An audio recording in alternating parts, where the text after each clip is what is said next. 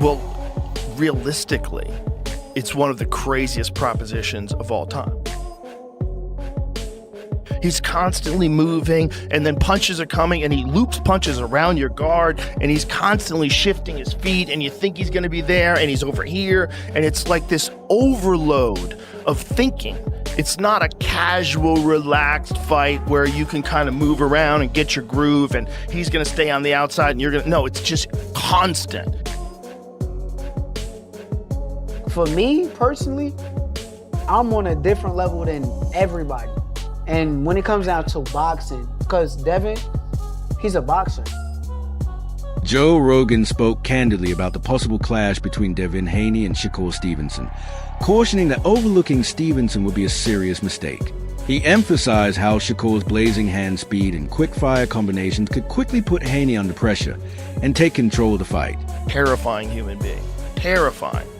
Every aspect of your senses at every moment. He's constantly moving, and then punches are coming, and he loops punches around your guard. This is like they're throwing insane money at people. They're throwing nutty sums of cash at people to make amazing fights happen. Like this has always been the hiccup in boxing, is that people don't want to fight certain people because they want to protect their record. The Saudis are like, how much? Everybody's got a price. Yeah, everyone's got a price. We've got the bank account. Shakur Stevenson added another major chapter to his career by earning a clear unanimous decision victory over Teofimo Lopez, securing the WBO junior welterweight belt. The win made him a champion across 4 weight classes and strengthened his standing in the pound-for-pound conversation. Looked phenomenal, dominant performance. Just so, what'd you think about that? Man, he made it easy. I was saying, like, if Teo was to fight more on a back foot and throw punches when Shakur throws, that's the only time you're going to get Shakur. But Teo, he has a habit of getting out of position all the time. He'll double up his right hand, turn square, or turn southpaw. That's not going to work, bro. You're not going to take up enough space to touch Shakur. Shakur's reflexes and his countering was just keeping Teo at bay. It was an easy night from round 1 for him. Shakur got the dub. Excellent. Appreciate your time, brother. Congrats, champ. Stevenson dictated the tempo from start to finish, using sharp strategy and high-level ring awareness to stay in command. He connected far more often than his opponent and displayed a degree of composure and control that only a handful of fighters can maintain under bright lights. Made Teofimo look like a novice. I mean, that's how good he is. 120, 109, 108. I mean, just unbelievable. Unbelievable. Is that what you expected from Shakur? No? I mean, listen, I expected an incredible performance, but I didn't expect it to be completely one-sided. I mean, he won every round, in my opinion. It like the golfing levels was phenomenal. And I said to Bud, like, going into 12, he could do 40 rounds, Shakur. Like, never out of control, footwork, timing, shot selection. I actually think he could have stopped Teofimo if he'd have stepped on him. Teofimo looked like frustrated, just obviously busted up to the face. He's a phenomenal fighter, 4-division world champion. Following the victory, he began weighing his options for what comes next, even mentioning Devin Haney as a possible opponent down the line. Stevenson expressed strong belief in his abilities, stating that it's certain he has the skills to outbox Haney if they ever share the ring. He's a boxer. It's not like he's a stone cold killer who's just gonna go in there and try to knock me the out. Yeah. He's gonna try to outbox me. I'm the greatest boxer. How do you...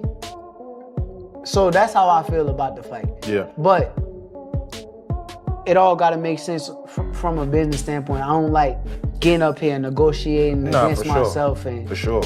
But for me, I'm willing to But do you see it as it being that could, like we always said, the Four Kings, even though you wasn't a part of it, the whole plot was like at the end of the road, there's gonna be 2 guys left standing, and that's the big fight. Do you see that as that's potentially what that could be?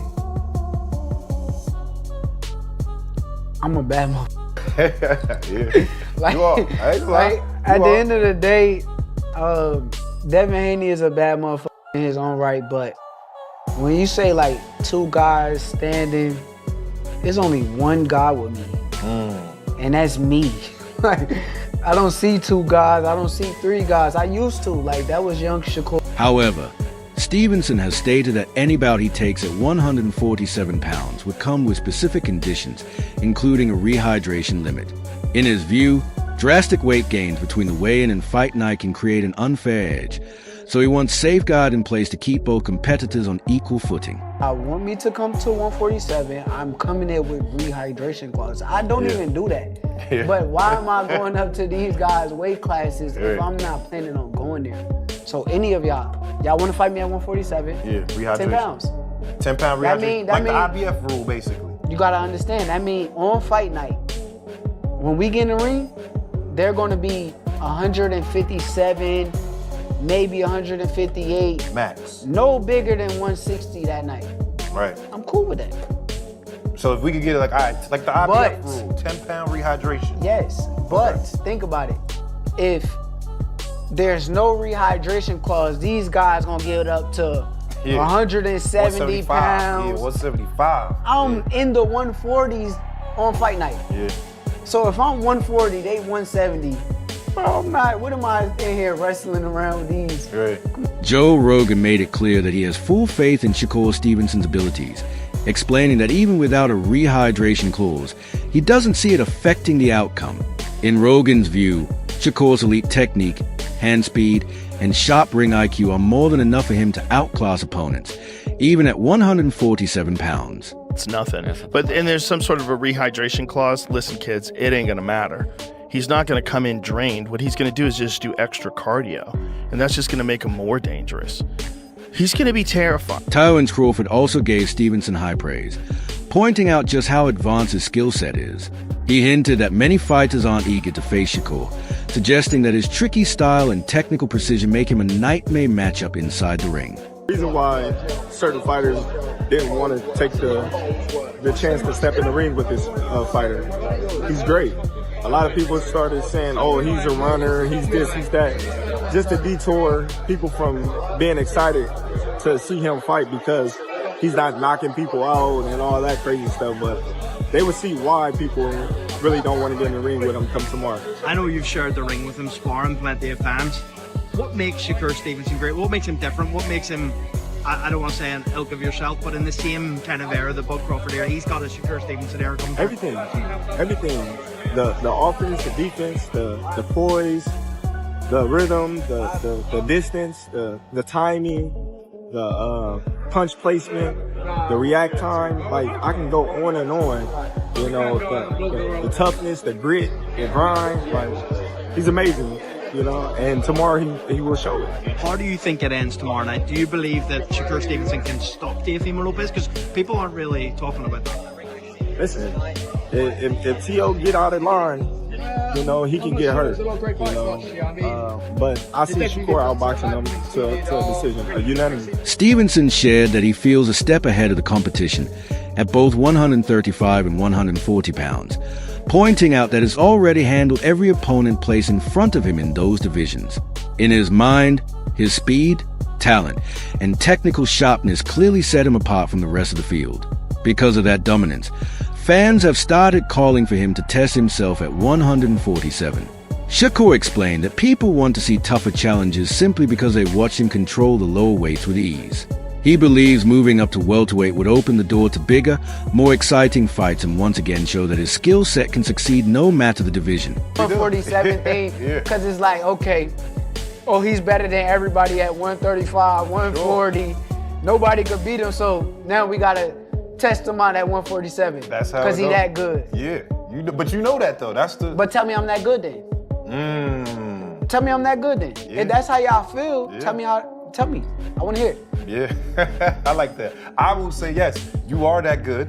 And when people are that good, we want to see a resistance fight. That's all we saying, and that's what I thought T.O. was gonna get, and we ain't get that. Damn. Damn, y'all. We gotta find another one. I feel bad for y'all, because y'all gonna be waiting for the rest of my career. Like, God damn, we want to see some, it ain't gonna happen. The most y'all gonna ever get is a Zepeda. That was y'all best hope and chance at getting resistant. Stevenson also addressed why the bout still hasn't come together, explaining that the financial offer simply didn't meet expectations. He said a clash at this level demands proper compensation, especially when two top-tier fighters are putting everything on the line. In his view, he's earned the right to be paid fairly for a high-stakes matchup and isn't willing to sign a contract that undervalues his name or his risk. Shakur stressed that it's not about ducking anyone, it's strictly business. If the numbers don't reflect the scale of the fight, then it doesn't make sense. For him, the terms have to match the moment. He's asked you about, obviously, whenever you're going to fight Haney, because I think we keep hearing about the negotiations falling through. Is that fight ever going to get made? I would love for the fight to happen. Y'all can clearly see that I want the fight. Yeah. Is what's off about it still the split? I don't think that they want the fight to happen right now. Why would we fight this big risk fighter right now rather than wait a couple of years when we could make more money? But my only issue with it, right? Yeah. If that's the case, don't perpetrate. You talking big, but truth be told, you put me and him in a ring where nobody else can help him. There's nobody else that's gonna be able to fight for him. What's gonna happen? Yeah. Like, he knows deep down inside that I'm the truth. That's what he know. He know he done been in the ring with me several times. Go ask him, like really ask him and tell him to be honest about me as a fighter. You'll really hear how he talk. Honestly, I think he's a good fighter, but I think that is level. At the same time, Devin Haney has voiced his opinion that Shakur Stevenson made a misstep by turning down the bout over money. Haney explained that even with a 25% share of the purse, the smaller portion, Stevenson still would have earned more than he ever had in his entire career. According to Haney, passing up that opportunity was a lost chance not only for a major payday, but also to further cement his legacy. Look at Shakur's resume and look at my resume. Who's brought the tougher opposition, me or him? And the 25% would have been, bigger than all his fights put together he made. All put together? Put together. Were you shocked that he said no? Yeah, ego, made him say no. His ego and the people around him.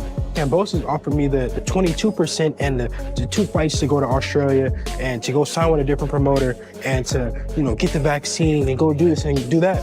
Now that I'm the champion and I'm giving somebody the offer to make more money than they ever made in their life, put together in all their fights, I'm the bad guy. I'm the bad guy. See, when I fought Kambosos, it wasn't for all the money. I thought I was fighting for the same money that I was already making.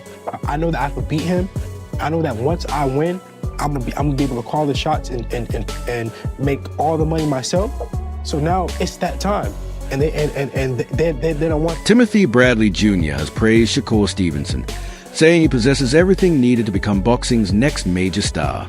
He highlighted Stevenson's technical mastery, defensive skills, and high boxing IQ, noting that these attributes could help elevate the sport by showing fans a value of precision and strategy over sheer power. Bradley believes that Stevenson's disciplined style and smart ring management set him apart from his peers, giving him the potential to become a defining figure in boxing future. With big victories continuing to pile up and an undefeated record, Stevenson isn't just a top fighter, he has the tools to become one of the most recognizable and influential stars in the sport. I think Shakur is massively underrated in terms of his achievements and his ability. Everyone in boxing knows how good Shakur is. He is pound for pound, top 5 in terms of quality. But look at the achievements of the young man. At 28 years of age, he's already a 3-division world champion. This is to become a 4-division world champion. Quite remarkable. And Teofimo always rises to the occasion. Sometimes you see a little bit of a lackluster performance when he's not motivated, when there isn't kind of any legacy on the line. This is different. This is a sold-out Madison Square Garden between 2 of the elite fighters of our generation. And the best thing about this fight is we're seeing them in their prime. What's your take? Did Stevenson put on a masterclass in boxing IQ, or are you hoping to see him tackle even bigger tests, like matchups against Haney or Ben? Share your thoughts down in the comments below.